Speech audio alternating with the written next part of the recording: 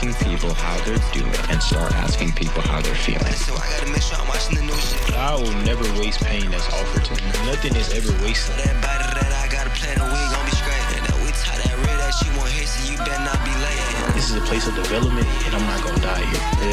Dang. Cause I love it, I don't care about the fame. Yo, welcome to the Young Vagabond podcast, man, where we navigate the journey of life together through truth and love. I'm your co-host, Bryson. And I'm your co-host, DJ. And this is season 3, episode 4, coming back for more to see what's in store as we knock at the door. You feel me? You feel me? Man, we got a special episode for y'all. We got Destiny, who's already disrespecting us by laughing during our intro. The sacred intro, actually. Man. And she over here disrespecting.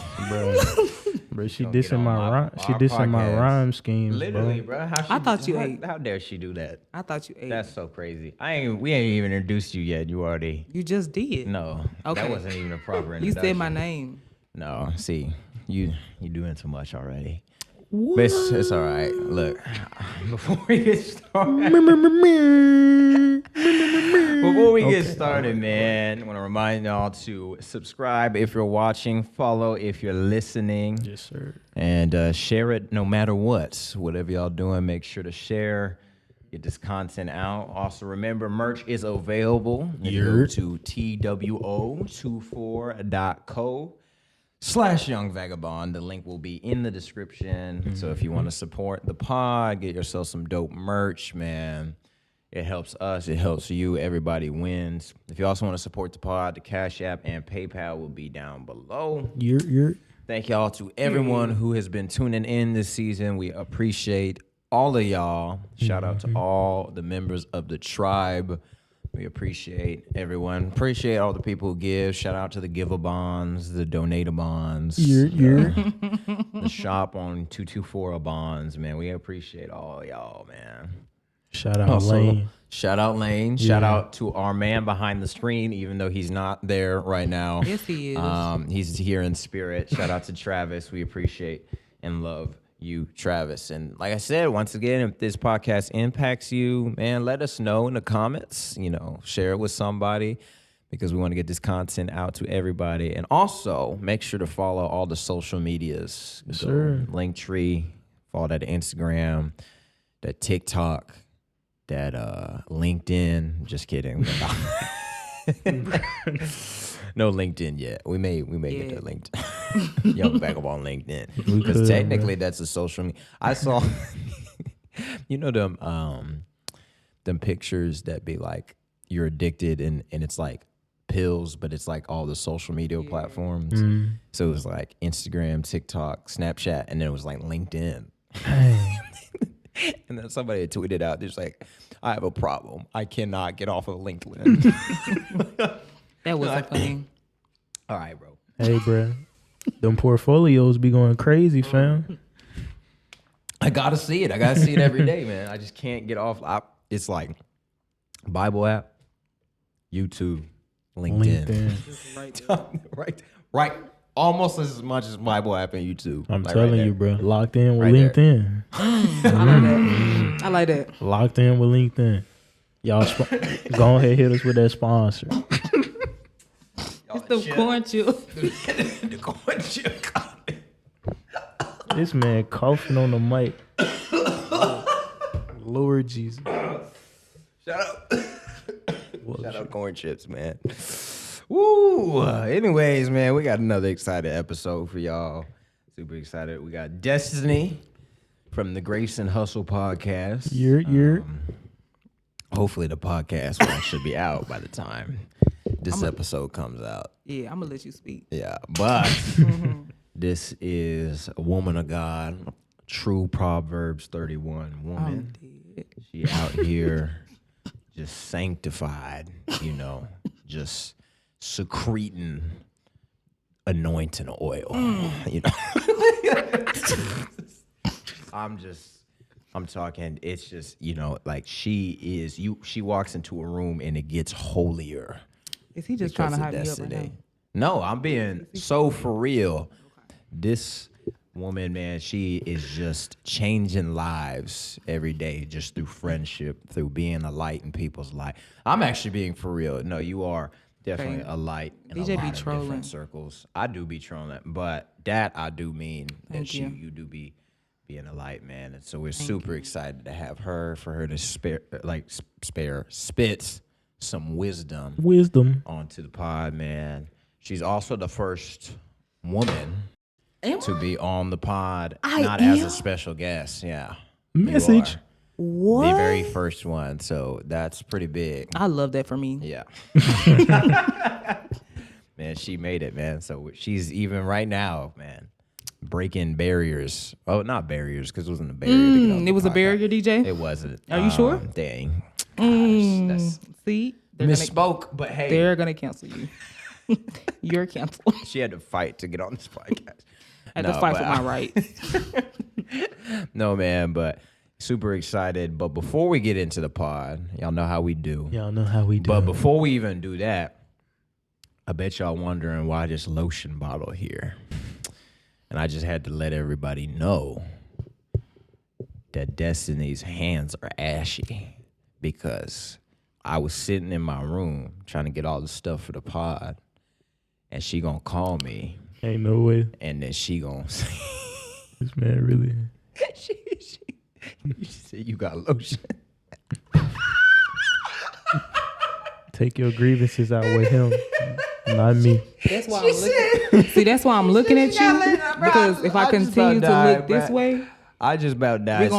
we're gonna what's the Hey, it's gonna be Bad Girls today, Club in here. we are sponsored by all lotion companies. You said you're gonna take this because down once you finish talking about we, it. Thank you. We appreciate lotion because it really, we couldn't have our girl out here looking ashy because it was about to happen to her. But, you know, Okay. shout out to lotion for real and whoever makes it. I mean, Okay. all y'all who make it, whatever Okay. it be. So we appreciate that. But yeah, man, y'all ready to get into the pod? See, I gotta talk. See, now I gotta say something because listen, I had just washed my hands, and everybody knows when you wash your hands get ashy, and I genuinely did not want ashy hands. So I'm like, okay, DJ going up to his room. Hopefully he has lotion. He probably didn't because he probably walking around here ashy too. All right.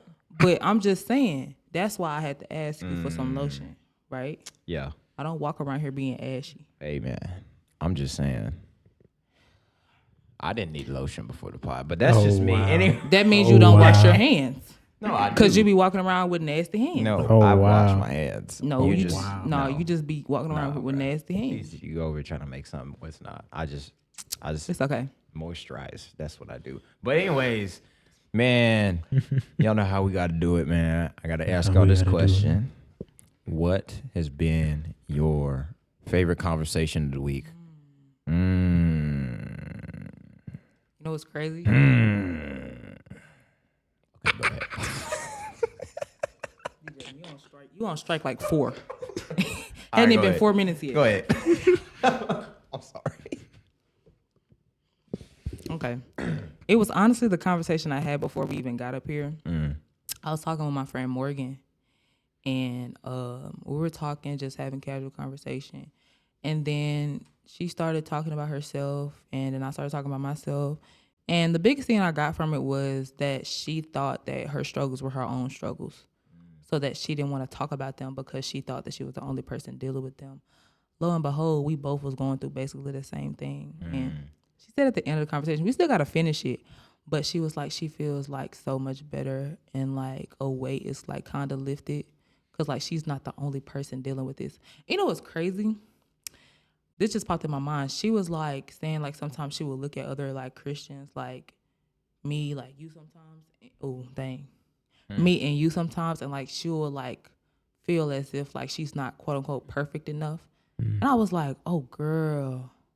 And I was like, do you feel like that when you look at me? And she was like, yeah, sometimes. I was like, oh girl. It's real. Nah. It's real.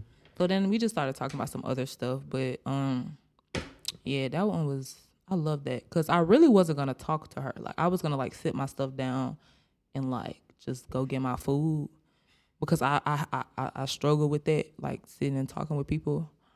But Holy Spirit was just like, just have a conversation with her. Mm. And then it was cool, and I loved it. So, yeah, period. That's good. Shout out you for stepping out your comfort zone. Yeah. Shout out Morgan too, man. Yeah. Shout out to the game. That's what's up, man. What about you, Bryson? Man, so last week I had the honor and privilege of sitting with one of the buffest dudes on campus, Mr. John, one of our best friends, right? Yeah. Great guy. Not only is he buff, but he loves the Lord. Yeah. Right? He's buff physically and buff spiritually. You feel me? Temple. Right. Right. So sat and talked with John, bro, and we basically just talked about like growing pains. And like sometimes as Christians we get we get kind of down. We're going through seasons like that are downcast, like make us just kind of feel bad about ourselves or whatever the case may be, or about like situations going on. But John was like, you got to realize like the situations that you're going through, you're not only going through for yourself, but you're going through for somebody else.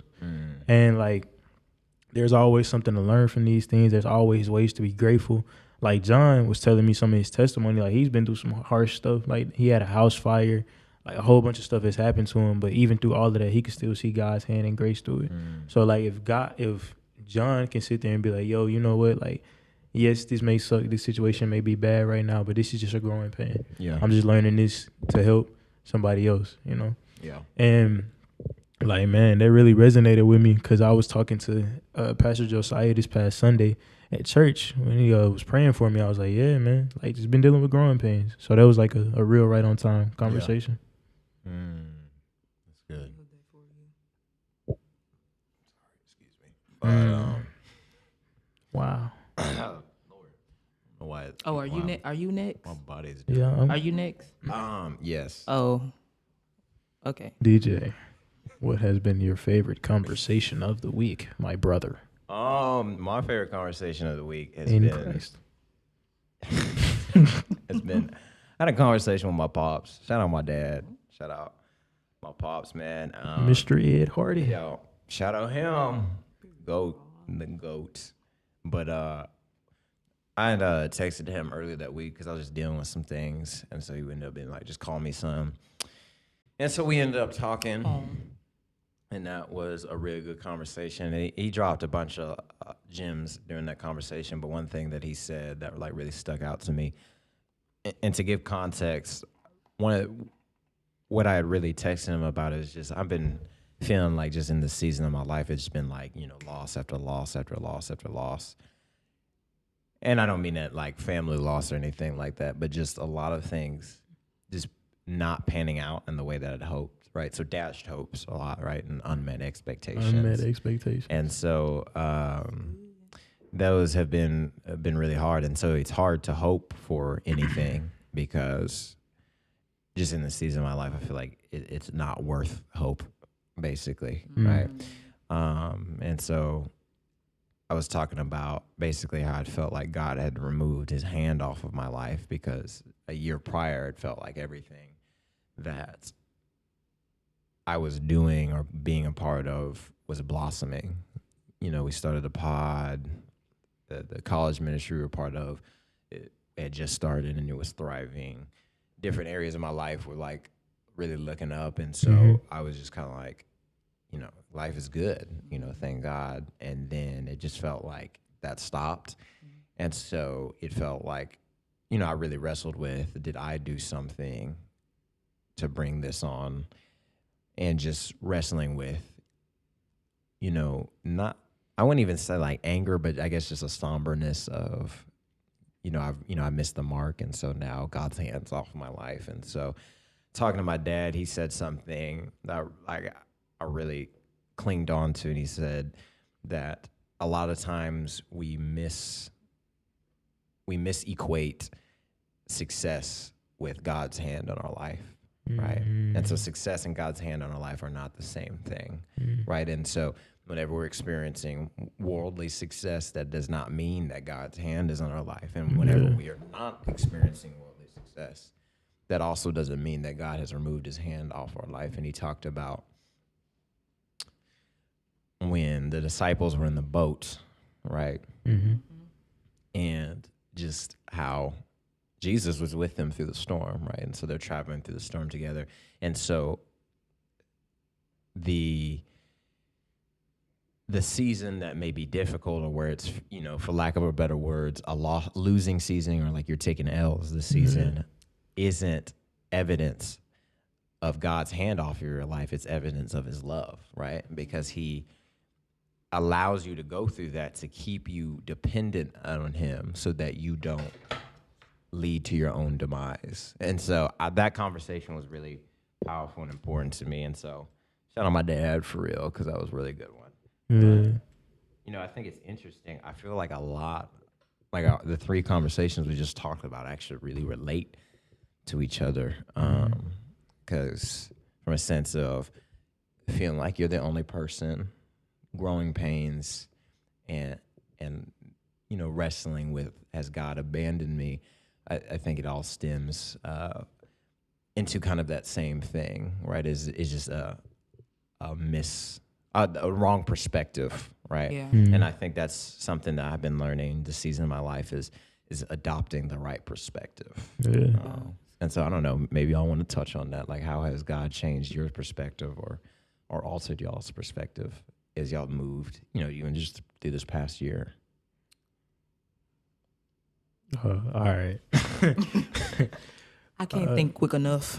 I feel you. I had to learn myself. So, but one thing that, you know, kind of hit me this past Sunday specifically was when Pastor Josiah was praying for me. He was like, you know, growing pains are kind of like a result of unmet expectations. Like, going back to what you said, and man, like, God really just been showing me like humbleness beyond my hurt. So like, I may have, you know, unmet expectations that lead to me getting hurt, that lead to me feeling like, dang, God, like, what's going on? Like, why I got to go through this to learn this thing?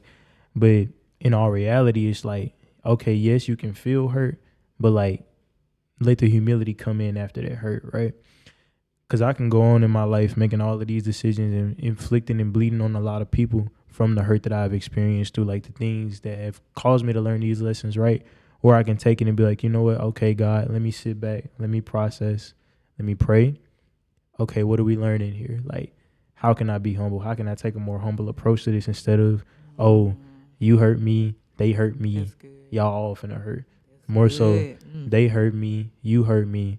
God, how can I use this to show your humility? So that's something I've been learning a lot lately. That's really good. I think with me, mine has been when Bryson was talking about the growing pains. You know, when a lot of people ask me what like year I'm in, and I tell them freshman, they're always so surprised because they're like, "Oh, I would have thought you was a sophomore, junior. You just don't, you know, da da da da da." And like at first, it felt like a compliment, but then like I remember the Lord explained it to me. He was like, I mean, it was my situation that made me grow up. It's not that I wanted to grow up. I wanted to, you know, but like I was forced to grow up.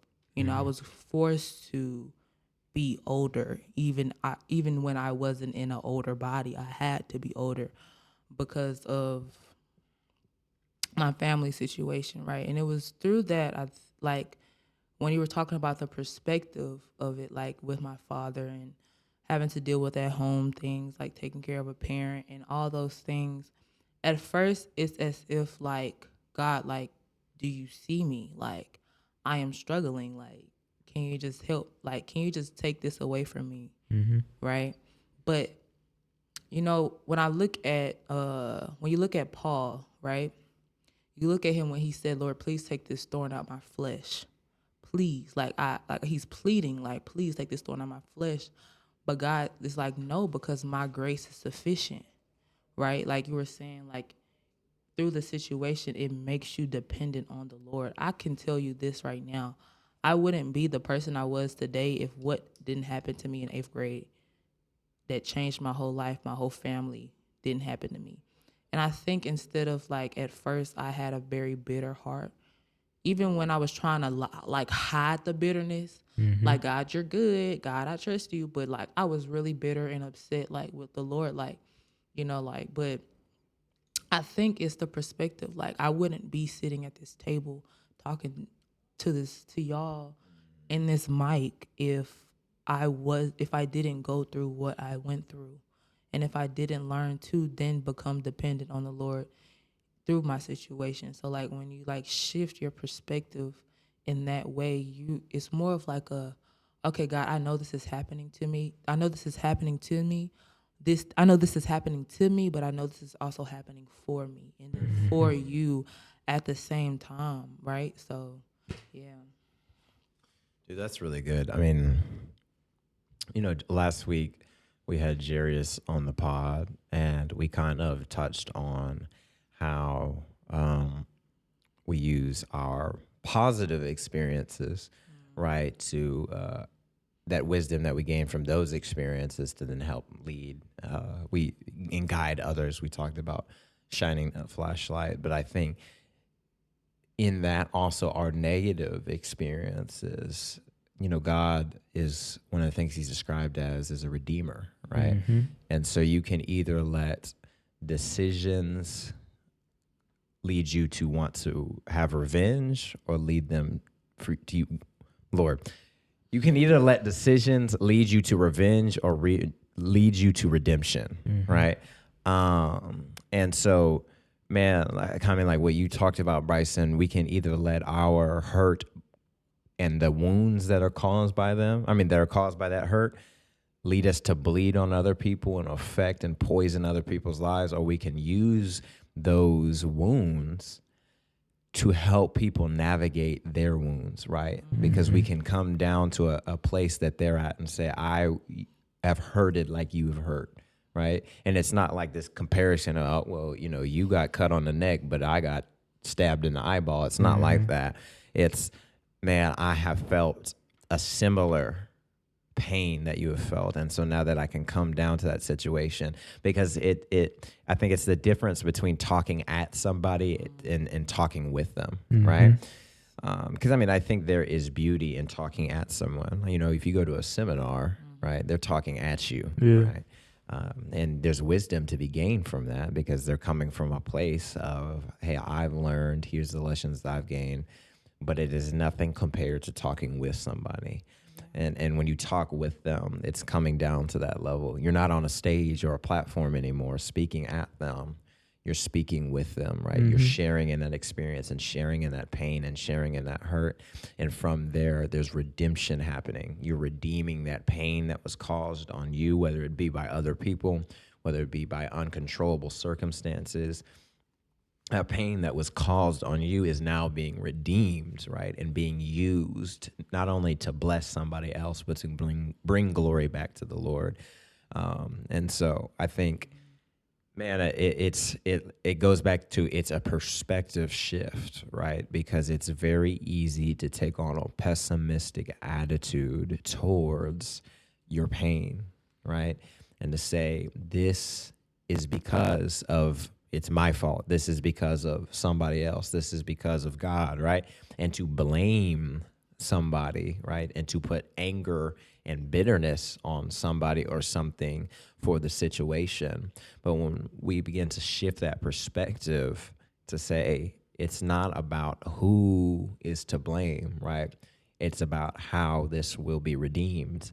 I think that becomes something that gives us so much more peace, and it makes us understand how our situations can be used for our good and other people's good, no matter how dire. Yeah. You wanted Destiny? He opened the book. You got it. I'm ready for the book. No, it was what you were saying, how it's not until we start to talk about it that when you start to get redeemed, right? So that's what was my problem. That was oh. It's rough out here. Yeah, a little bit. Hold on. That was, and kind of still is, my problem is like talking about my problems or talking about my pain or my issues, because I felt like I've always had to like deal with them myself. And that's what I was talking to Morgan about when I was saying how she feels like she goes through these issues herself. I told her, like, that is the biggest lie from the enemy, because he knows that there is freedom in when you share. And so he wants to lie and say that you're the only person who's going through this, that no one else can get you, that no one else can understand. But like, there's freedom in confession, right? But I'm still learning that, I guess. And I know it comes with like learning who you can trust and learning who you can't trust or whatnot. And it's like, yeah, like I remember actually I was reading John 11 and it's talking about Lazarus, right? When Lazarus died and it was like there's no hope, Jesus was like, oh yeah, my friend Lazarus, he's sleeping. But I'm gonna take a couple days to go over there. He'd be all right? Anyways. And then in verse 4 it says, this sickness will not end in death, but for the glory and honor of God, so that the Son of God may be glorified. Can they hear me? Yeah. Okay. So that the Son of God may be glorified by it. So when I read that verse, the Lord revealed to me that sickness is like, your sickness can be the situation that you've gone through and how that has affected you. And your sickness can be the thing that someone has talked down upon you, a negative experience, something that's been so deep in your heart, so deep rooted in your heart that you don't even understand how or like in what way that the Lord can help you with this or the Lord can save you from it, right? Yeah. And it's like, it says this sickness will not end in death. Like God says, like the sickness that is in me, like that's what he was telling me. He was like, the feelings that are in me, the insecurities and stuff that are in me will not end in death. But instead, I will be glorified through it, because you will realize like Lazarus was dead for 4 days, right? And I feel like in that way, the Lord made it that way so nobody else could get the glory but him. So like sometimes when it's like, I feel like as if like you get to the point where you know that you cannot, you know you can't do it. I can't resurrect myself. I can't resurrect the child that God created me to be, right? Yeah. It is only God who can resurrect that child, right? Who can bring back to life that child, who can put away the old and bring up the new, because he is the only person who will get the glory from it, because he is the only one who was able to do it in the first place. Like it would no longer, I would get to the point where I'm like, y'all, I promise you, I tried everything. Everything in the book, and it wouldn't work. Why? Because the enemy is stronger than all of that. The one thing the enemy is not stronger than is God himself. So that's why it's like, I know I would get to the point where I will never ever claim myself to have the glory, because I know I'm weak, and I know for a fact it wasn't me. So like, just to have faith that like that one day it will not affect you how it is affecting you right now. I think it's like the part where you get your hope from, right? And the part where you're like, I'm in this losing season or whatnot. But it's to have that hope, like this is not going to affect me forever. You know what I'm saying? So, yeah. Yeah, and then like just building off of what both of y'all said, especially like just like holding it in. Man, I was reading my devotional like right before the pod, and it said Kale Mitchell, who likes orange soda, Kale loves orange soda. And Kale was spitting when he said this. He said, when an artist creates a painting, people gravitate toward what's inside the frame, not the frame itself. Before the artwork is ever put in a frame or hung on the wall, the artist has a vision or message that they want to share, which they can paint on the canvas. That same thing goes for me and you. God created us with a purpose and a message to share with others. It's a message of love, hope, and joy and peace. Let your inner peace and joy from God shine like a fresh paint on the canvas. The frame is just what's on the outside. You are special to God, a unique work of art.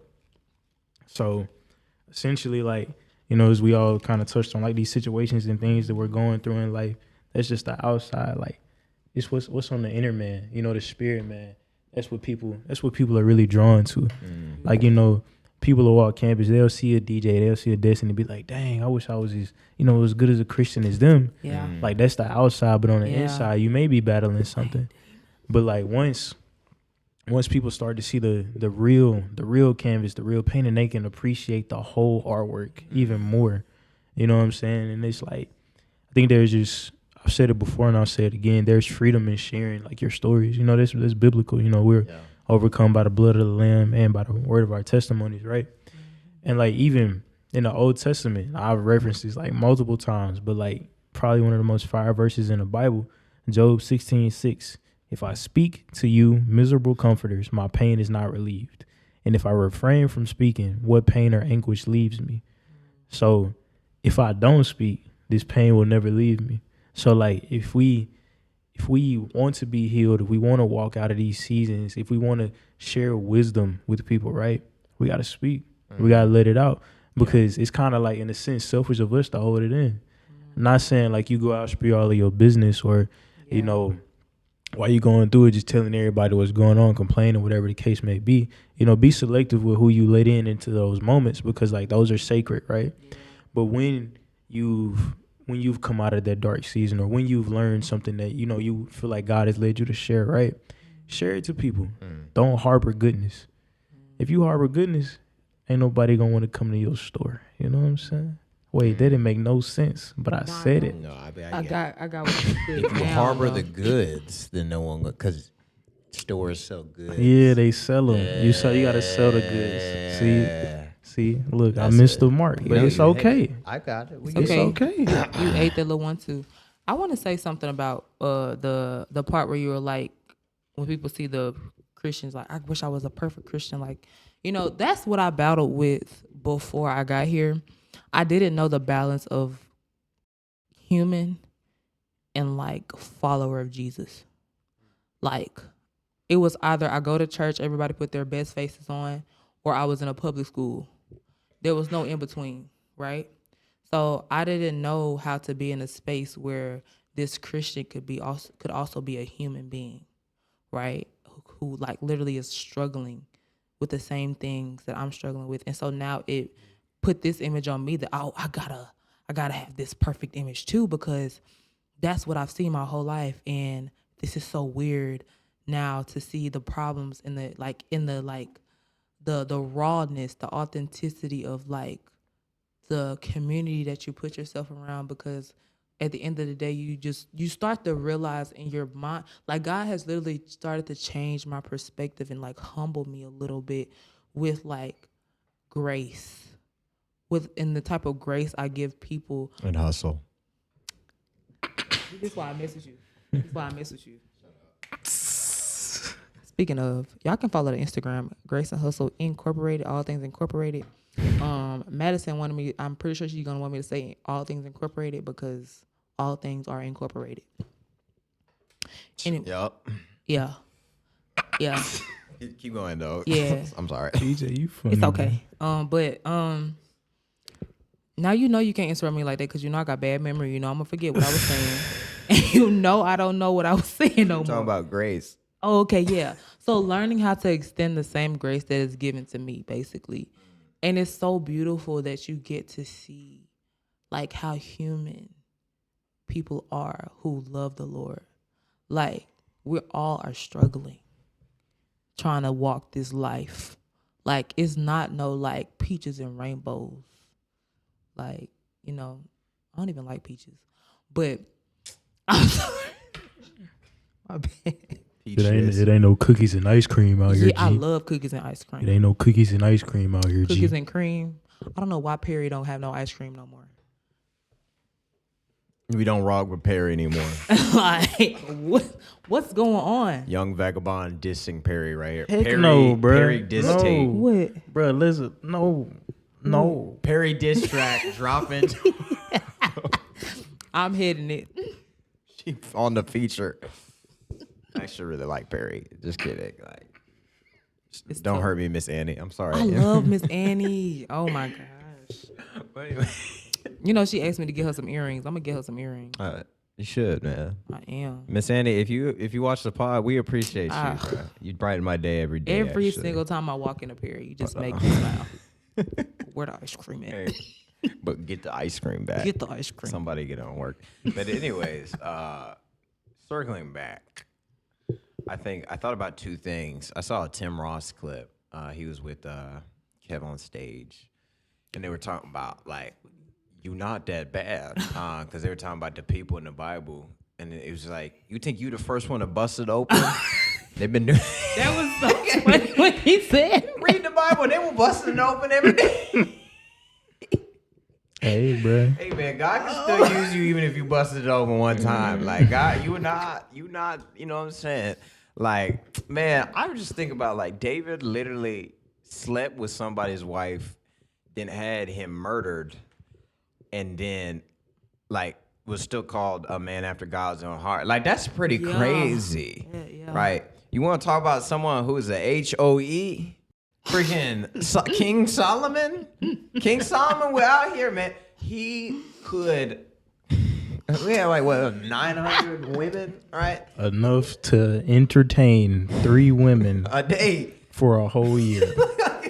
3 different ones. 3 separate women every day. Every day. And you can't get a girlfriend. No, I'm playing. Whoa.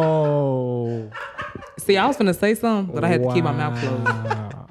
Wow. I'm gonna save DJ. I don't want to diss nobody. That was a joke. But, I'm gonna save DJ. 2 episodes after the relationship zone. It's crazy. And that episode 8. Hey, appreciate it, man. Come on. I just dissed somebody. Hey, no, you can't. Don't be like Solomon. He's bad. But anyway, so I thought about that because, like, man, bad. like, of course, sin is sin, right? We don't want to do that, right? Mm-hmm. We want to try to live morally and humbly and have standards, right? But I mean, like, you're not like, if you read that Bible, like, man, they crazy, right? They was wild, and so, man, like, I mean, Moses, right? Like the dude who is like known, whether you grew up in church or you didn't grow up in church, like everybody knows Moses. He parted the Red Sea. He did these things, right? So God's war, just upstanding guy murdered someone. So like, you're not a murderer.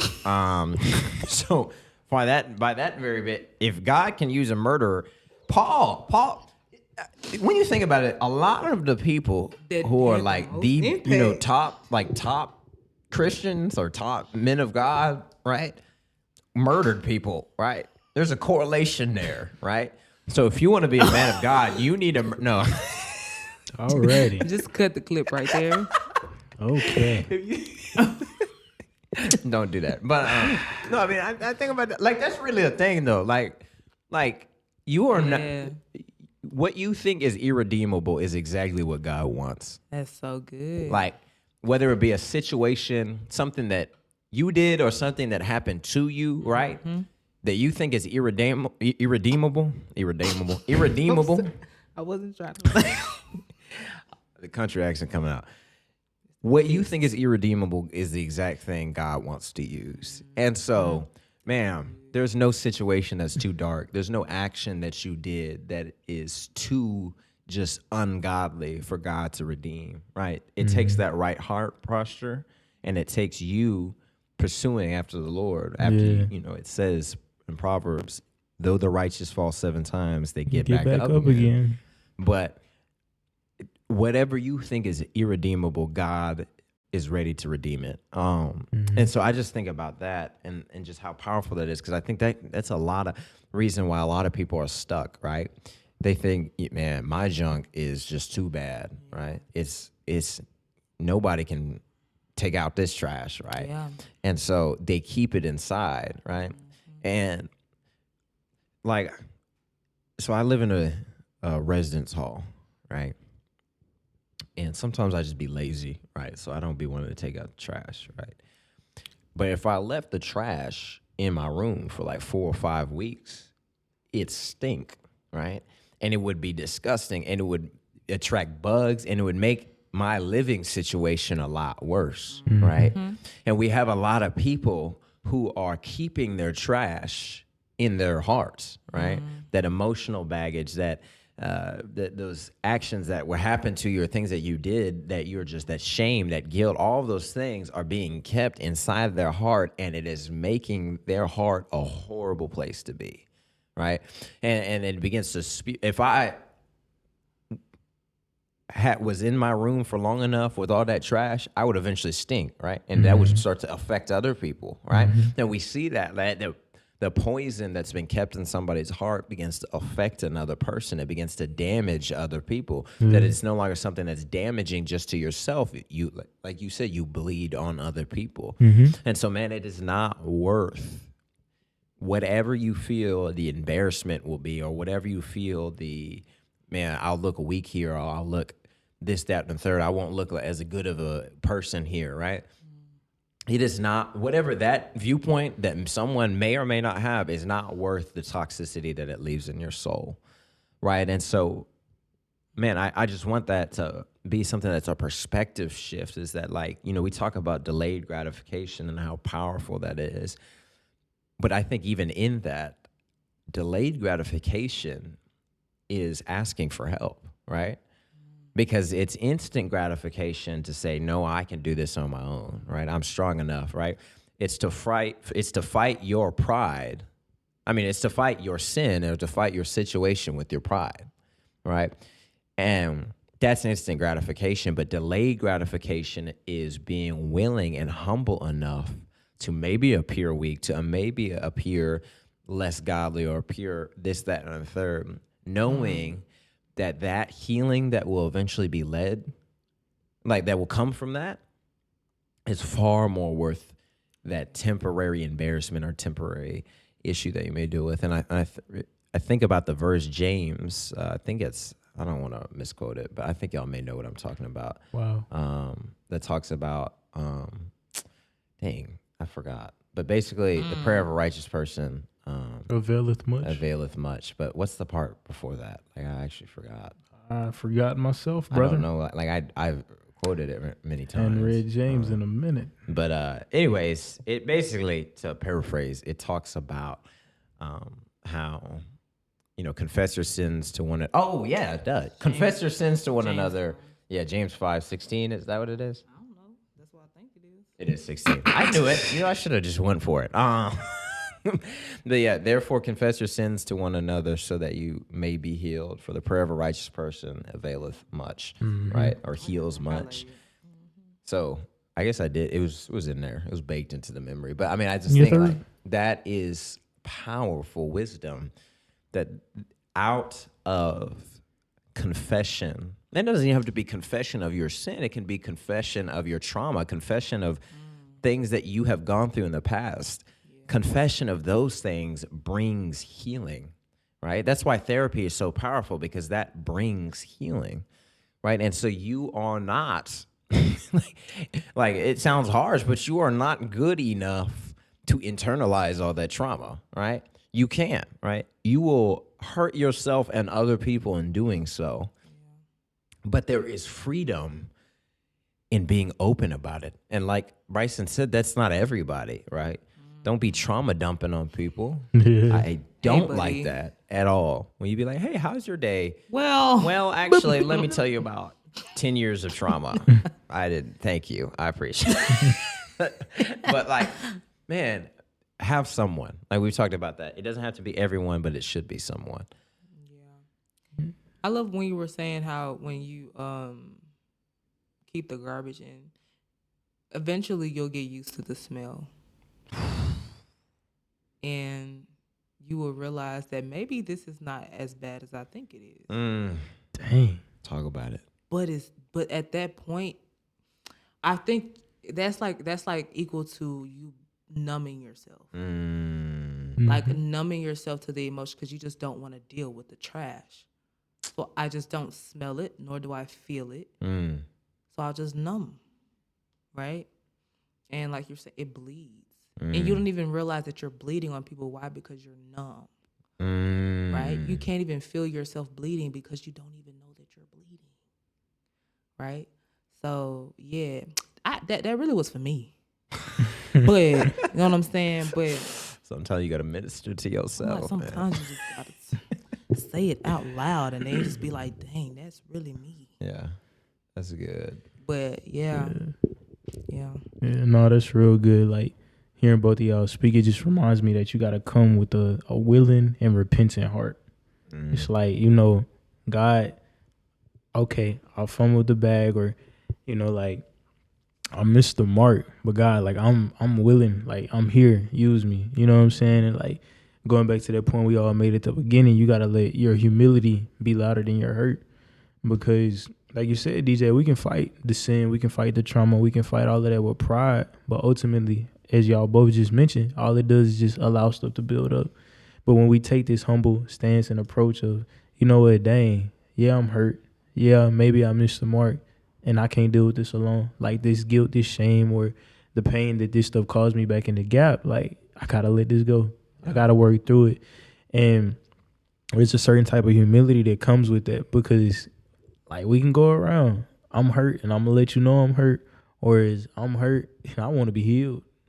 You know what I'm saying? Like, it's two different perspectives. Yeah. And then, like, I mean, kind of had this thought come to my brain. It's a little undeveloped, so y'all got to hang with me a little bit. But it's kind of like germs. Like, everything got germs, right? Right. You I see where you going. if I dap you up, DJ, I get some of your germs. you get some of mine, right? Right. But if you get some of the wrong germs, you'll get sick. Yeah. Mm-hmm. So like, it's basically, you know what I'm saying? Just like, I don't even know what I'm going. Yeah, this is the second time today, baby. Yeah, sometimes You sound like a spray bottle. your germs, It was an undeveloped thought. We exchanged germs. Bro, it was an undeveloped thought, and I should have just let that just sit. And when Promise your I should've let Actually, it we sit. need to go and sanitize. Just wash your hands, shawty. Just wash your hands. Wash your hands, shawty. the germ back. Germix sponsor us. Germix sponsor them. so they can get the germs from off them. Bro, that's hilarious. You know what they just did though? What? You know how the Germex is 99.9%? I remember I had a friend, right? I was telling him, I was like, sometimes we are 99.9. Like, no, I was like, I'm 99.9% certain that you won't go back. Right? But there is that point. Like, what is that point? What? 1? 0-1. 0-1. Yeah. There you go. And you got to realize that the real thing that washes you is the blood. But we be over here with some Germex. They got the 99.9. And it ain't the full 100. Talk about it. You know what I'm saying? And it be that little point 0.01 that we just want to, Right. I mean, I think about it like you healed until you unblock the number and you see a text. Oh, Right. wow, DJ. Okay. Nah, you going for it, huh? You healed until the opportunity to light that blunt comes back, right? Yeah. Oh, wow. Like it goes back to fighting your addiction, fighting your trauma, fighting your sin with your pride, right? We can willpower our way out of something for a while, but there's always a set of circumstances that can bring us back, right? And so it takes humility, even in that, to say, I am never good enough to not be pulled back, right? No matter how much healing and growth I've done, I'm never good enough to never be pulled back. I'm never good enough to just say, okay, I can unblock this number. Oh, I can go to this. I'm never good enough to put myself back into situations that got me to the place I was at in the first place. Right? Because I feel like that's a lot of what ends up people's cycle. It's not that you aren't doing the work to be healed. It's that is your perspective shifting as you're healing, right? Yes. Because if you still got that mindset that got you into the addiction, it doesn't matter how much work you do to be healed. It's gonna eventually find a way to claw itself back, right? If you're still in the same mindset that had you in a place of darkness with your trauma, right? If that mindset never changes, there's always going to be an opportunity for you to be clawed back, right? And so we have to adjust our perspective and our dependence to realize, right, it's not all on me. It is my community. It is God. It is me not putting myself in situations where I don't have any accountability. It's these things, right? Yeah. It's that understanding perspective. It's not simply the act of not doing, right? Because I cannot do something for a couple of days, right? Right? But if there is an appetite there and we're not getting rid of that appetite, or if there is a hole there, right? Because, you know, trauma, are those situations like that leave holes in our heart. If there's a hole there and we're not filling that hole with something new, there's eventually going to come to a point where, hey, maybe things are going right, but hey, you had a week where you didn't sleep super well, right? And so now that thing that you said you would never do again is looking really appealing. Hey, you going through a rough patch with, you know, a friend or a family member. Hey, now all of a sudden that emotional stability from that man or that woman looking real good right now.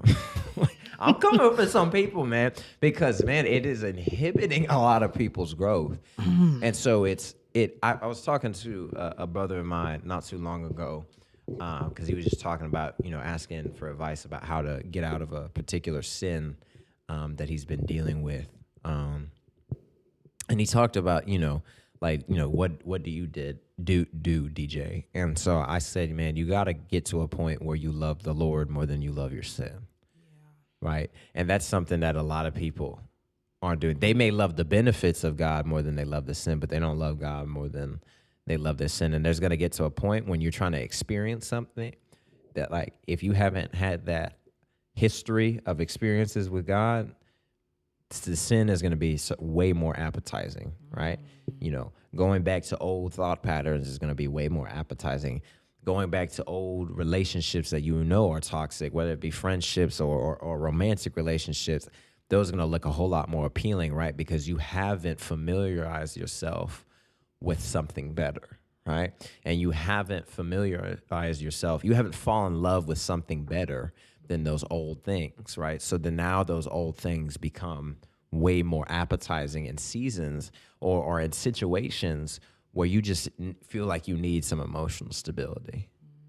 Yeah, it's like the Jesus, the Savior, versus Jesus, the Lord, right? A lot of people, you know, we've heard it before. People want Jesus to save them, but they don't want him to be their Lord, right? Right. So like we get to this point where like we had these high spiritual experiences where, okay, Jesus done saved me, he delivered me from this thing. But then like we get to the point where we realize we can't sustain it by ourselves because we never let him lead us, never let him like have that true lordship over us, right? And we see this in Proverbs 26:11-12. It says, like a dog that returns to his vomit, a fool does the same foolish things again and again. People who think they are wise when they are not are worse than fools. So I can get to a point where I'm like, okay, like Jesus saved me. I've been doing this thing. Like I'm off of it for a week now. So I'm good. I don't need Jesus no more. You know what I'm saying? Like we don't outright say it, but our actions do. Right. And then we get to the point where like, dang, what I used to do kind of looking a little good right now. Yeah. And then now we back into that pit hole. Like, man, Jesus, where you at? I need you to save me. Yeah. And then, okay, no, like we not trying to sit here and abuse grace, but God is patient. God is kind, right? Come through, save, whatever the case may be. And now we on a high. And then something happens and we right back where we was again because it's like a dog returning to his vomit. Yeah. It's like I got so wise. I got so puffed up in I got free for a week.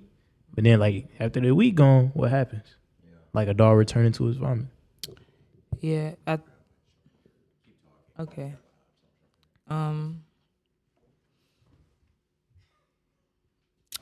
Once again, DJ made me lose my train of thought. And made me. Go DJ.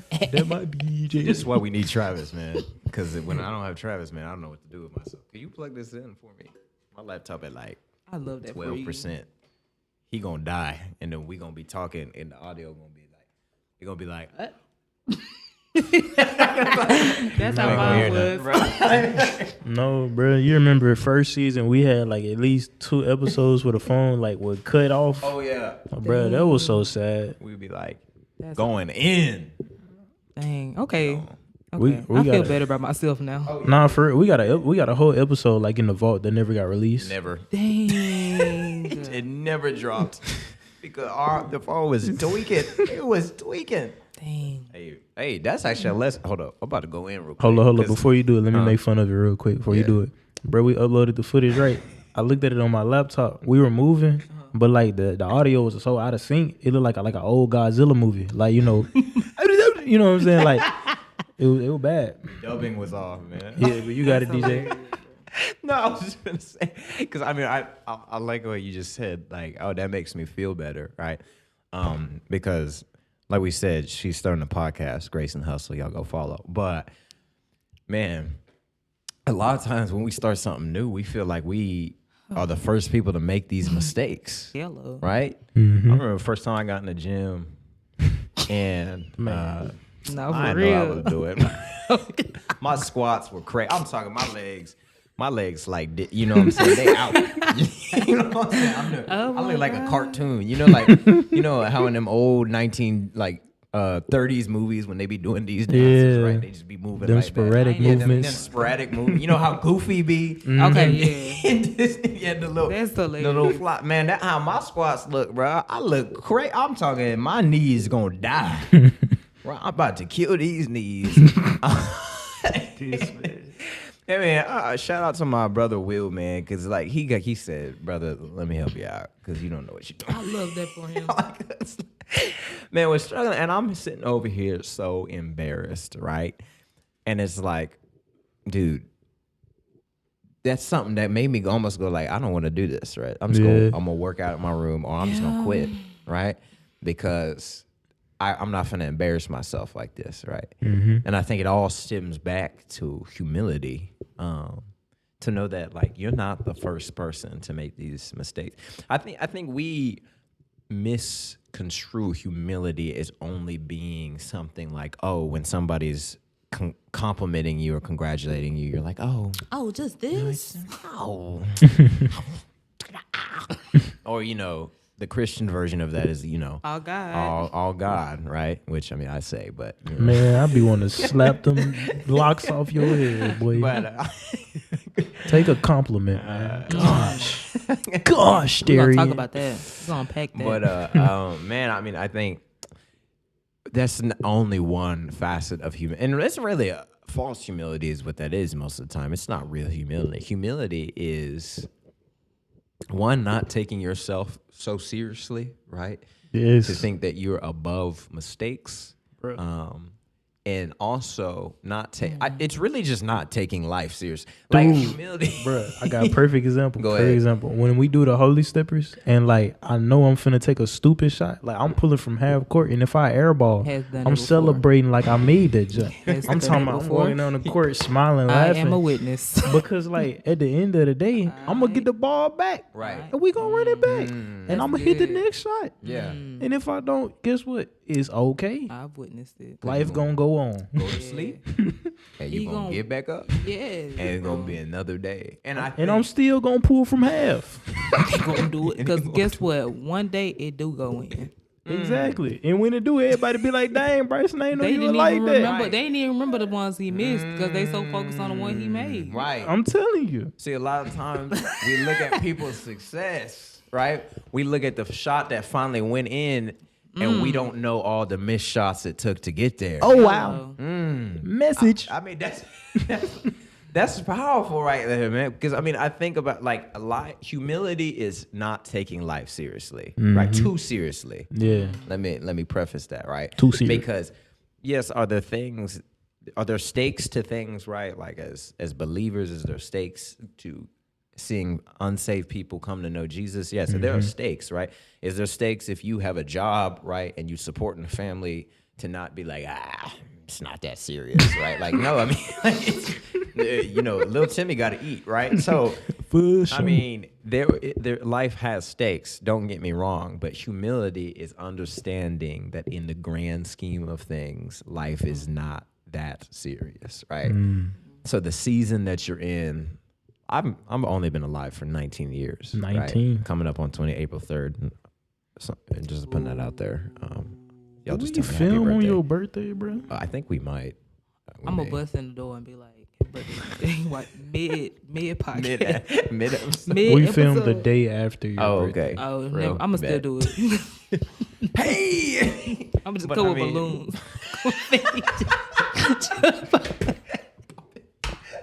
like the dude who With the eggs, bruh. delivered the eggs, man. That's hilarious. But man, I think about this like, man, life is not that serious, right?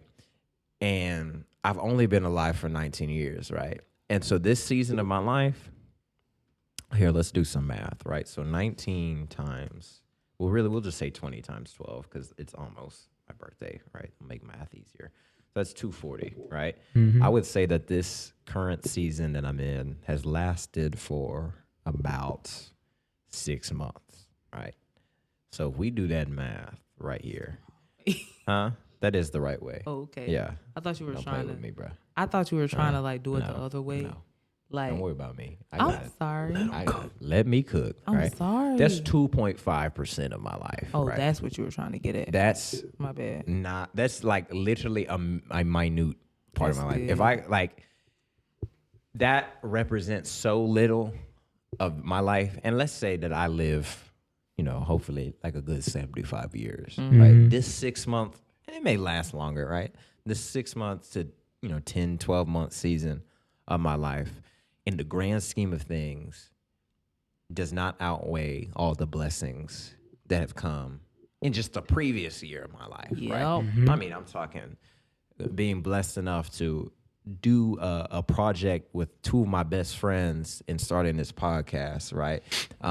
To be able to be a resident advisor, to be a part of, a dope organization like alumni delegates. I mean, all of these things are blessings, right? Yeah. And these things vastly outweigh, right? My study abroad program being canceled, the different things that happened like in my personal life with relationships that didn't work out the way that I hoped, right? Those. Why'd you do that? That's sad. Man, dude. I'm a grown man. She said all. No, but for real.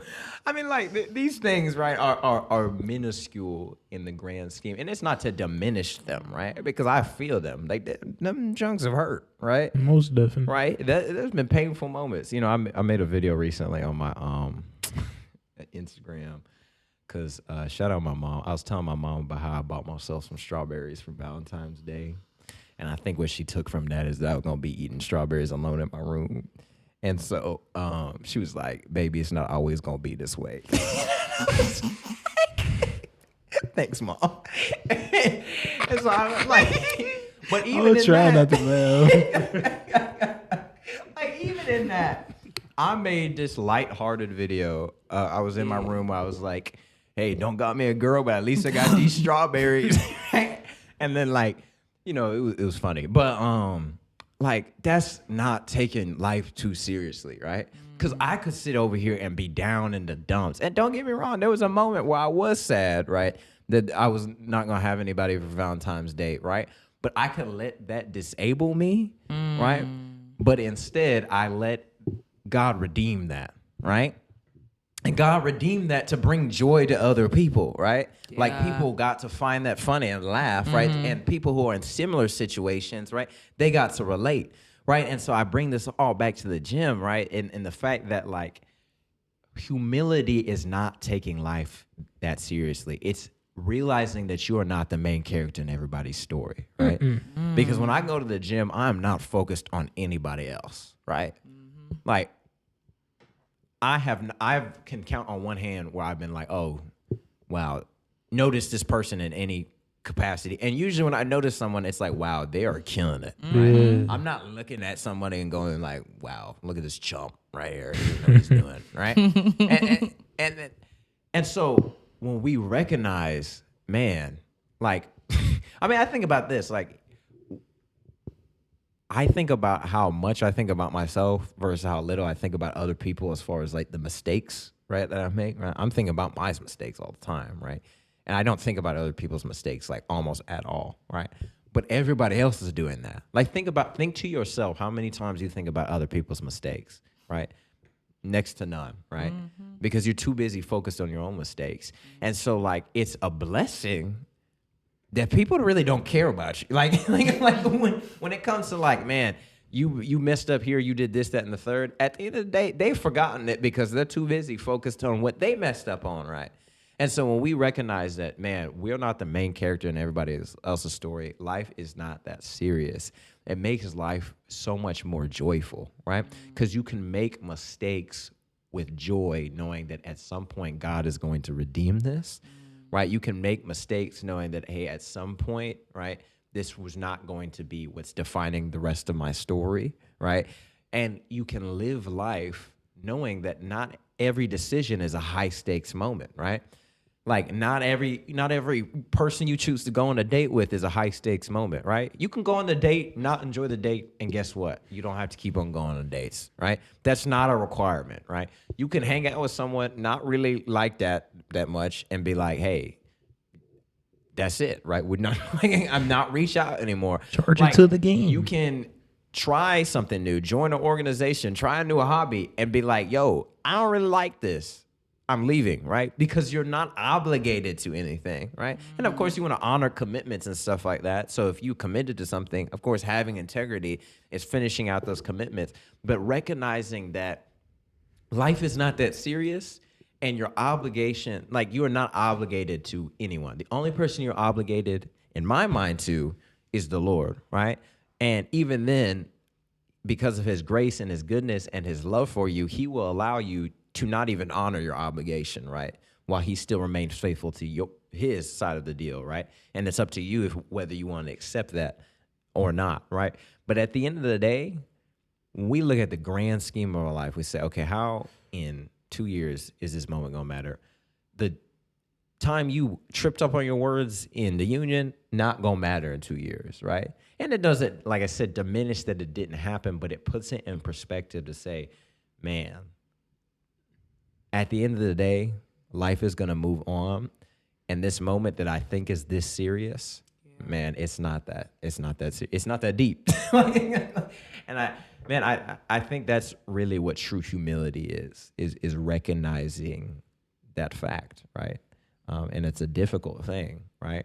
But I mean, I think even about, oh, sorry, I'm almost done. But this reminded me of this passage in Philippians 2. I forget what the verses is, but it talks about that we're supposed to have the same mind as Jesus, who, though was in the form of God, did not count equality with God as something to be grasped, but emptied himself, taking on the form of a servant, being born in the likeness of man, and being found in human form, humbled himself by becoming obedient to the point of death, even death on a cross, right? And then it goes on further to talk about how God has highly exalted him, right, and bestowed upon him the name above every name, and then every knee will bow, every tongue will confess that Jesus is Lord. True humility. I mean, Jesus talks about this all the time throughout the gospel, that like the true glory comes from true humility, right? It comes from when we empty ourselves, right? When we take on that form of a servant, when we humble who we are and recognize, I mean, Jesus had every right to, right? He is equal to God, right? He is God, right? We aren't. We're image bearers of God. Message. Right? But we're not God, right? And so if we try and hold on to the fact of, I mean, we see it when people get power, right? And they're like, how dare you talk to me like that? I'm the resident advisor. Like, I've met people like that. No diss to anybody who's RA in Mississippi State. I'm not talking about you. I'm talking about him, right? I'm talking about a RA from LSU. That's what I'm talking about. But like, already, man, you meet people like that, right? Who the power goes to their head, right? Yeah. Because they're trying to grasp, right, the little authority or the little thing that they put their identity, right? Power tripping. Yeah, power tripping, right? And it leads, right, to them tripping, right? Like that power tripping causes them to trip on themselves, right? Because they're so blinded by this and so devoid of humility that it oftentimes ends up leading into their own downfall, where you're going, man, it's really not that deep, right? The fact that you're the manager of McDonald's is not. I was gonna say McDonald's. It's not like you are not like God, right? So stop acting like it with these employees, right? Y'all done dissed everybody today, bro. Y'all done let everybody catch the smoke. Yeah, We so not if you, talking to humans. We talking to smoke detectors because that's what y'all done made everybody turned into. God, man. I mean, I just think like at the end of the day, man, I'm just vibing, bro. if we could grasp that level of humility that Jesus grasped onto, man, we would treat others with so much kindness. Our world would be filled with so much more love, right?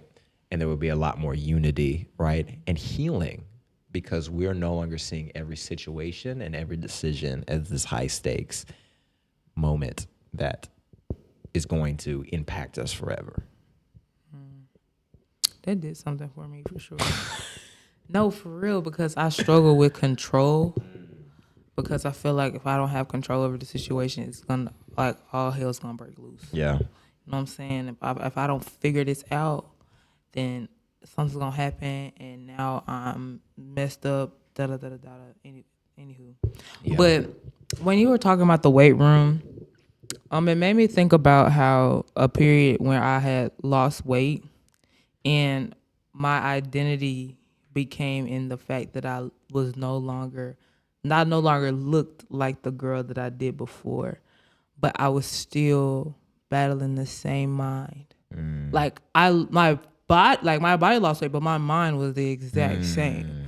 Like you know what I'm saying? I'm dealing with it now with going back in the gym and stuff like that. But the identity thing is so real. Like, it is so easy to put your identity in a position, to put your identity in an accomplishment, to put your identity in a goal that, like, nothing else matters other than that. And so now you neglect yourself because, like I said before, like, you don't want to deal with yourself. So you go to these other things to have to deal with and accomplish because you feel like that'll fill it for you. Like, and that was one thing I really did struggle with, because although I lost the weight, it just brought up more problems that the enemy was like, okay, I lied to her in this way. Okay, now I'm finna lie to her in a different way. Yeah. And because her mind isn't the thing that was shaped, it doesn't matter. It's still gonna affect her. You know what I'm saying? Like she could do all these things on the outside, but she not letting God work on the inside. And it doesn't matter because I'm gonna get her anyway. Like I could, you know, I started to realize, like, at the beginning of the year, I really was putting a lot of stuff in my fashion, how I wanted to dress, because I never really was dressing like this until I got here. And I started equating praise to, like, accomplishment. Like, okay, I got praise about this outfit. I feel great about myself. Lo and behold, I am battling, like, spiritual warfare every morning before I even put anything on, right? Because I covered my outside, but I did not address the inside. I did not, and I didn't address it because I realized how hard it was to address, right? It was really easy for me to fix the outside, like, but when it came to, like, trying to unpack everything that was within me, that was too hard. So I was just like, I'm going to brush it away and just hope one day it goes away. And with that mindset, it paralyzes you. And it keeps you in that same spot because it's not going to work. Because, like, you think that one day you're just going to wake up and now your mind is renewed. I would ask the Lord, I'm saying, Lord, renew my mind and renew my heart. But in reality, I wanted him to do all the work for me. Like, I just wanted him to snap his fingers and I didn't have these troubles anymore. I didn't have these things going on in my mind. Right. But it takes work on my part. Like, it's just the part where he says, like, we make the plan, but he orders the steps. Yeah. We have to do something for then him, like, the ordering of the steps are already there. But if you stay in that space, you will not move. You won't move. There will be no steps to be stepping on because you're not moving. You're not making no, you know what I'm saying? And it's like, you know, let me see. Yeah, so like that's really a struggle of mine, like for sure. Like, so like I would tell, like I was talking with the person I was talking with before this about how like your mind remembers that one negative thing from 8 years ago. However, you're at the end of the day, you're gonna go to bed and forget how many people then said how you look today, like how good you look, because like your mind is so programmed to remember that one thing, because that's how the enemy wants. He wants you to remember that one thing. I remember I cut my hair off in 4th grade. Y'all, the lady literally was like, the lady thought I was a boy, and I remember, I kid you not, I remember. It's okay, y'all can laugh. It's okay, y'all can laugh. It's not funny. It's okay. That's not. It's okay. But and it's so deep because I remember like the picture, the video, like in my mind of where I was, everything so vivid.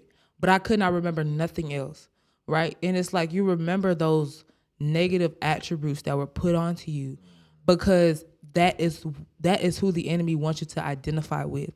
He does not want you to identify with what the Bible says about you. He does not want you to identify with none of that because he knows that once you identify with that, then he can no longer touch you anymore, right? So he wants you to have those. He wants you to be rooted in all these other things, right? Because it's shaky, it's not firm, it's not steady. So it's like, yeah. I think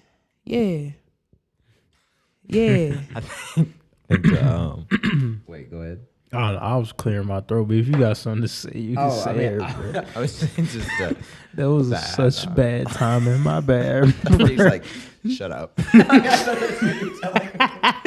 Nah, I can wait my turn. Bro. I'm patient.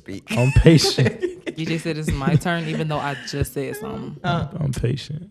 I don't care. She's a hater, bro. That's actually a hating comment right there. On the podcast me and Bryson run, the one we invited you onto, you gonna hate. Yes. All right, bro. It's a podcast, but we know I'm like this in real life. Take this camera. Turn this camera off. Turn the box camera right here, bro. Right now. But I was just gonna conclude like what you were or add kind of that short point of like with the story I was thinking about, like once again going back to the gym. I had posted recently about like I think this is 135, like the weight that I was like doing reps on, right? Previously could barely do the bar, right? So anyways, that's I'm real. like, you know, hey, proud of this work, right, that I've, you know, gotten to. And so I posted on Instagram and I had like 2 people. One of them was like helpful, like critique, but still kind of like mean-spirited, and the other one was just straight up mean-spirited. Like, but I had like 4 or 5 positive, like people like sliding up on my story and be like, dude, way to go. Like, congrats, right? I didn't respond to those till a few hours later, but I responded to the mean ones immediately, right? And I you know, I think about, y'all ever heard of that, like, it's like some sort of experiment where it was either an elephant, it was some sort of animal, right? Where they had tied the animal to like it was an elephant. Yeah, it was an elephant. They tied this elephant to like some pole or some stick where they were unable to move, right? It was either an elephant or a donkey, I can't remember. Something like that, right? This ambiguous animal, right? And they left that on them for a while until eventually the animal learned to not move, right? Because it was stuck, right? It was in chains, bondage, right? Eventually they removed it, the thing that was keeping the elephant or donkey in bondage, but the animal never moved, right? Because even though the chains were physically removed, the mental bondage still remained. Right? Yep. And so we have a lot of people who are living in that mental bondage, and it goes back to what you're saying, like you can lose the weight. You can drop this. You can, stop this addiction. But if you mentally are still in bondage to your insecurity, you're mentally still in bondage to your trauma, no matter what you do physically or on the outside, if that mental bondage, that spiritual bondage isn't handled, you will eventually fall back, right? And so we have so many resources to how to fix that physical bondage, right? We have all the resources for the self-help. We have all the resources for how to have a healthy gym life. We have all the resources for the right diets, but we don't have a lot of focus on that emotional and spiritual bondage, right? And how to get out of that. And so I just wanted to say that as a point, is that you may be doing everything right, physically speaking, but what are you doing to help you get out of that mental and spiritual bondage? Yeah, it kind of goes back to what I talked about earlier with the painting analogy, right? When an artist is painting a painting, he doesn't spend all his time figuring out what frame. He doesn't spend all his time working on the frame, because the frame is just an additive to the overall painting. The painting is the actual main piece. So if all we do is focus on the frame, what people see on the outside, then we end up missing what's on the inside, the actual core of the painting. Then it's not gonna sustain itself. Street theologian Future once said in March Madness, dress it up and make it real for me. We can dress it up, but only God can make it real. That was really good. Shout out Jerry as the young Dolph devotion. We do not endorse Future or nothing that he stands for, because Brody be wildin'. He do. But I did used to listen to him though. Hey man, used to. Real Future. bad. Dirty Sprite 2.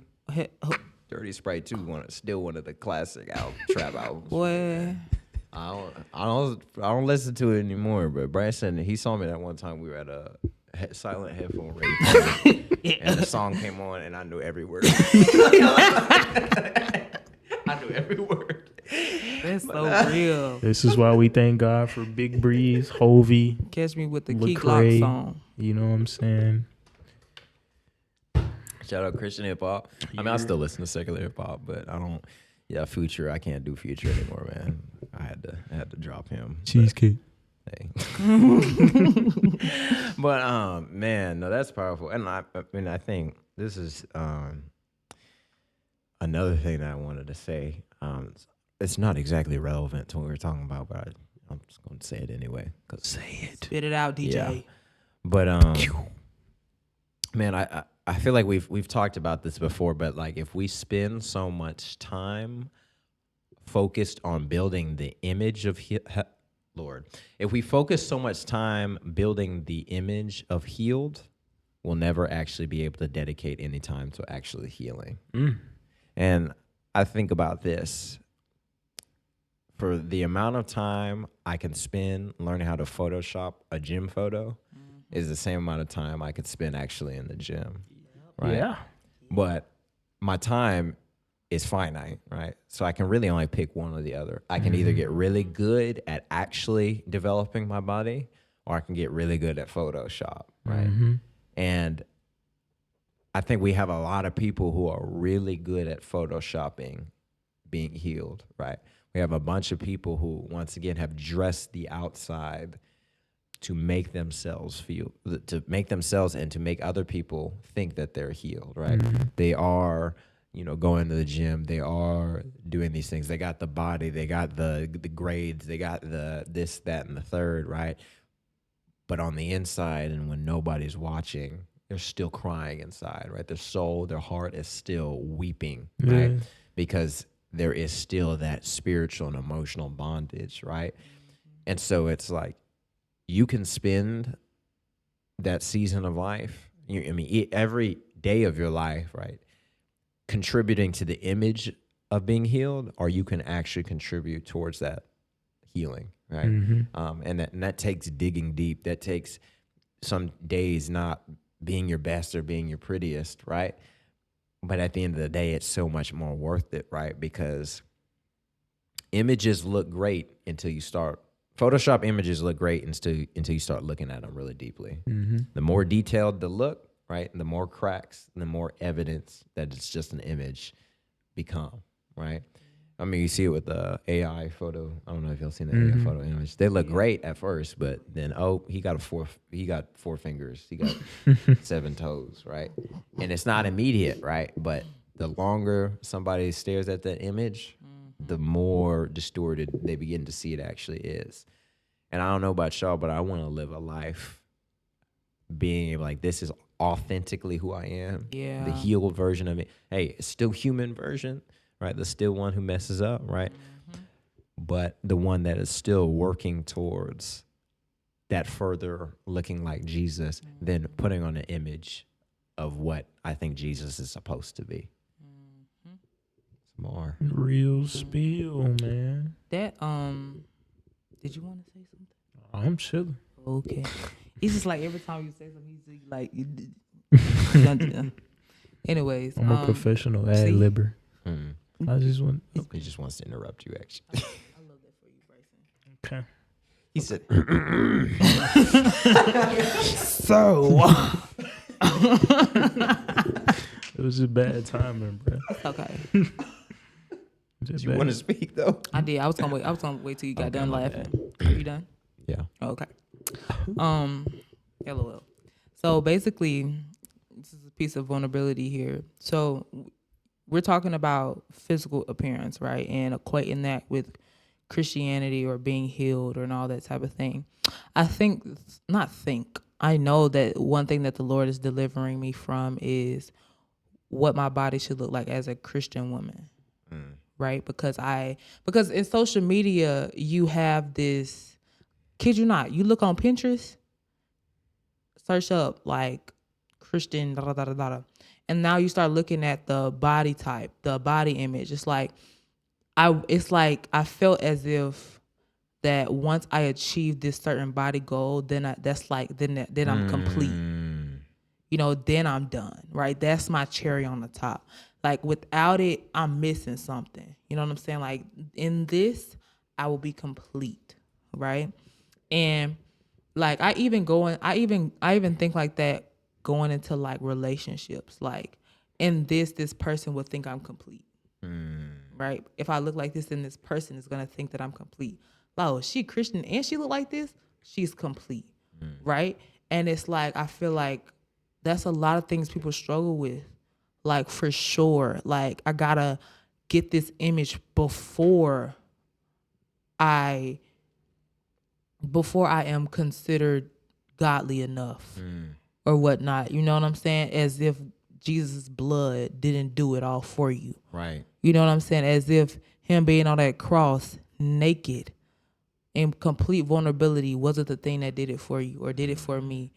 So I know like it's something I still struggle with, but like we were saying earlier, voicing that, talking about it, instead of keeping it in my own mind, trying to rationalize it myself, you know, it's freedom in that. Yeah. And I know that although I'm struggling with it right now, that like I said, it will not lead to death. Like it will not lead to my death. I will not be struggling with this forever. Yeah. And I'm going to say that now because sometimes you have to put power on something that you think is lifeless. Yeah. Like, no, I am not struggling. I'm struggling with this, but no, I will not be struggling with this forever. Yeah. In Jesus' name. Amen. You know what I'm saying? And like, that is something that's very important. I just wanted to say. Yeah. Yeah. No, that's good. I mean, that's not something I've ever even thought about. So like, I mean, I appreciate you like that vulnerability. Cause I mean, I think that is a thing that like we like, I be on Instagram a lot. So I be coming across a lot of Christian content, right? And so you have what is the image of what Christianity is supposed to be. But what I love, you know, one of my biggest passions is culture, right? And so I love those people who push the grain. Like, there's this girl who's like a Christian, but she also has like this emo aesthetic, right? I love that for her. And I think that's dope, right? That's way cooler than the Christian Girl Autumn fits, right?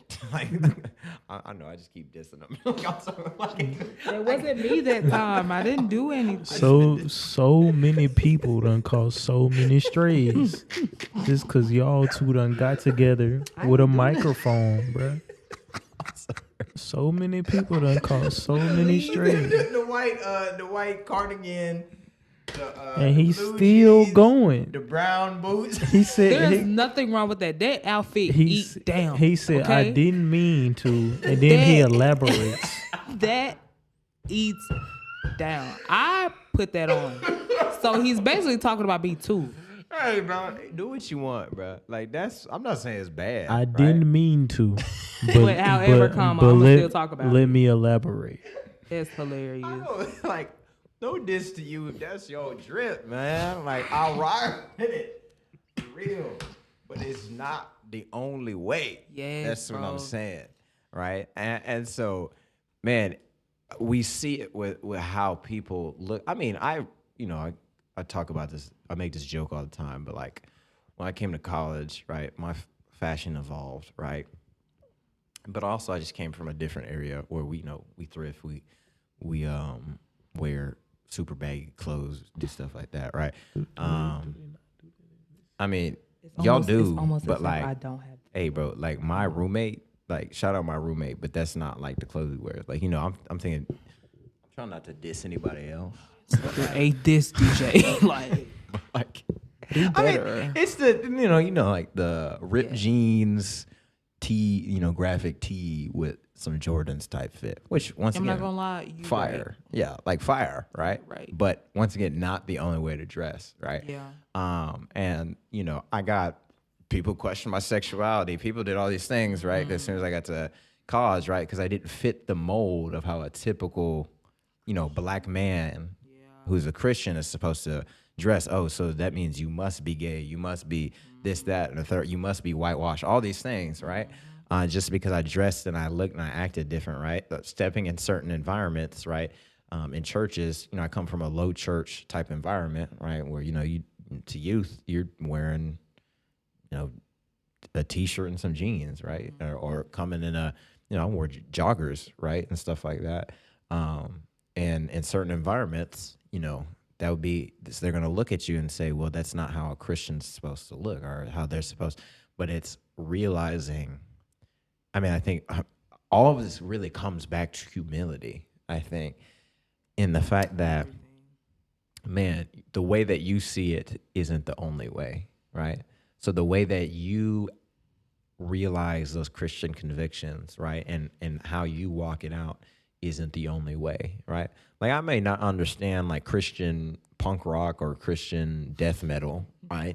Like, I don't get it, right? But who am I to then claim that God can't work through that, right? Or that God is only working through what I'm a part of or what I'm doing, right? There's a lot of things I don't understand, right? Because somebody might look at the Christian, like, SoundCloud hip hop that I listen to, that rage, Playboy Cardi type sound, right?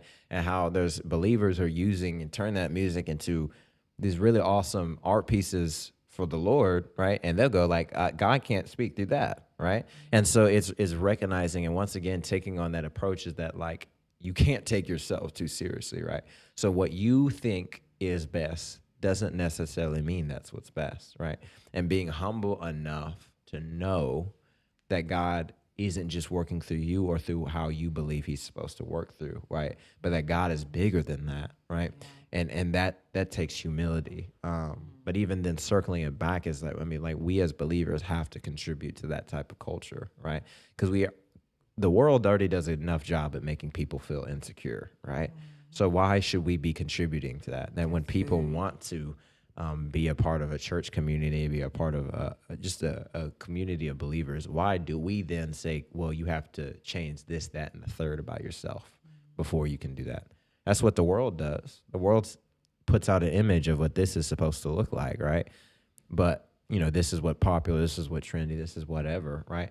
But that's the beauty of being a believer, right? Is that, yes, God changes you and God, like there's parts of you that God tells you to take off the old self and to put on the new self, right?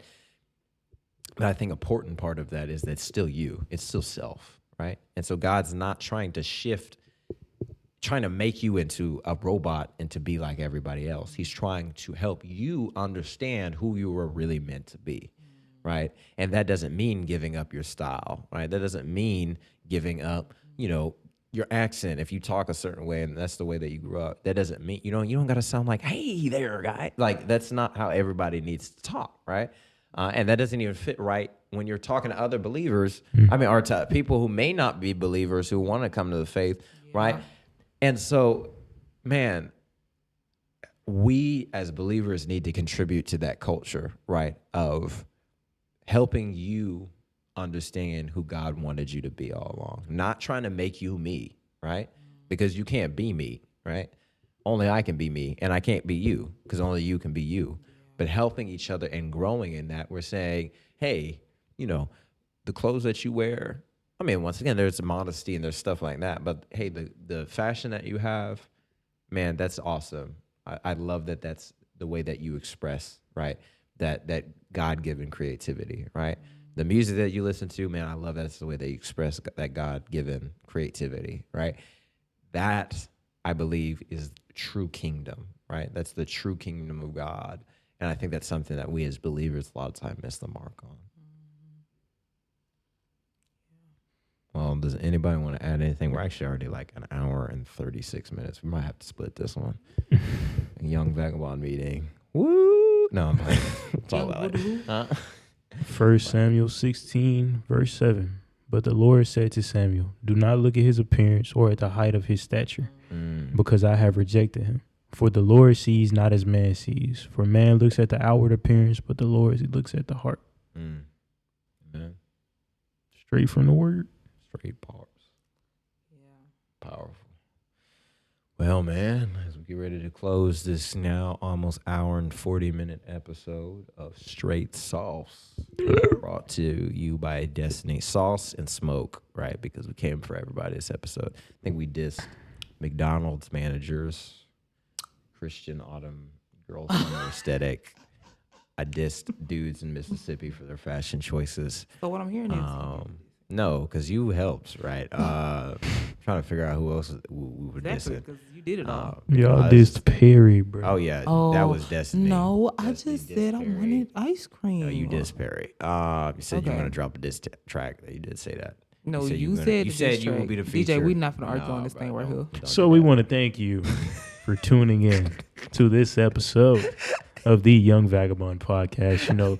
Links will be in the description on how you can donate and give to us. Alrighty, we have merch. You should check out that merch. You know what I'm saying? Go to TWO224.co.com/Young Vagabond. I just gave the wrong link, but you know what? It is okay. Because, even though I may be wrong, God is still right. Yeah. You see what I'm saying? That's probably the one you did complete today. All right, y'all. I'm finna get out the mic. I missed 2 shots, and they act like I'm. You know what I'm saying? Man, me and Destiny. I'm really 8 for 10, but bringing y'all acting like I'm negativity. 0 for 2. That's what we're doing. Hey, y'all know that meme where it's like, I thrive off of negativity. If there's anything negative, I'm for it. Like, that's me and Destiny. Bro, y'all really tripping, bro. Y'all don't disqualify Steph when he missed. Why y'all disqualifying me? Don't equate yourself to him. Man, I'm finna get off the mic. This Bro. is Come not on, the wrap it up, DJ. Wrap it This up, is DJ. not the same thing. Wrap it up, DJ. All right, man. I'm done, bro. same thing. I'm done. I ain't got nothing else to say, If bro. y'all, That's Bryson, he did a great job. But it's TWO24.co. But yeah, You was close. subscribe, comment, like, do all the things. Man, Destiny, we really appreciate you. I appreciate y'all. Dropped some absolute bars of wisdom. Once again, go check out her pod. She's doing amazing things on Mississippi State's campus. And she's also just an amazing person who we really appreciate and we're honored to have on the pod. And, her content will hopefully be coming soon. And if it's not, you can check in about 2 years, and then it should finally be on there. Did you want to? Let me tell you something, DJ. DJ, you on like strike 18. You on strike 18. Bro, okay, let me tell you something. With the pod, every single time I've tried to do something, something has come up. And it's like the enemy really don't want me doing this. It's really stressing me a little bit. And it's kind of getting me like we were saying earlier, feeling like I don't want to do it no more. But I'm going to be obedient because this has been on my heart for a very, very long time, for some years. And I'm not going to let people like DJ diminish me knowing that I'm going through it. I'm not going to let people like DJ talk about me like that, okay? What they say, only fools talk like this. Who said that? Me. I'm they. Not what they say. It is me. Yeah, man. Well, yeah, she gonna and we just know it's gonna be that much more fire because the enemy trying to keep her from it. So, man, y'all check out the pod, man. Y'all Grace do and all the Hustle things. Grace and Hustle Incorporated. Follow on Instagram. Follow on IG. IG will be in the link in the description. Okay. As well as any other links Destiny sends me as well. But man, we appreciate and love y'all. Hope y'all enjoyed this episode. A bit more light. Well, not really. It was lighthearted, but because I guess we were dissing people. But you know, still full of the wisdom, or hopefully. But you know, we appreciate all of y'all. We would not be here without y'all. We are coming up actually within 3 days. No, 2 days, 3 days, because March 1st is actually the announcement. Was the announcement of the first announcement that we had for the pod, which is crazy that it's been over almost a year since we started this podcast. And so, man, like, dude, that's just crazy because, yeah, we're recording on this March 27th. And so, man, we are just so blessed that y'all been with us through the ride. Excited for what God continues to do. You know, hopefully more cool things are down the pipeline, as I like to say. But if that's it, I mean, that is it from me. Is that it from y'all? Y'all have anything else you want to add? I'm done talking.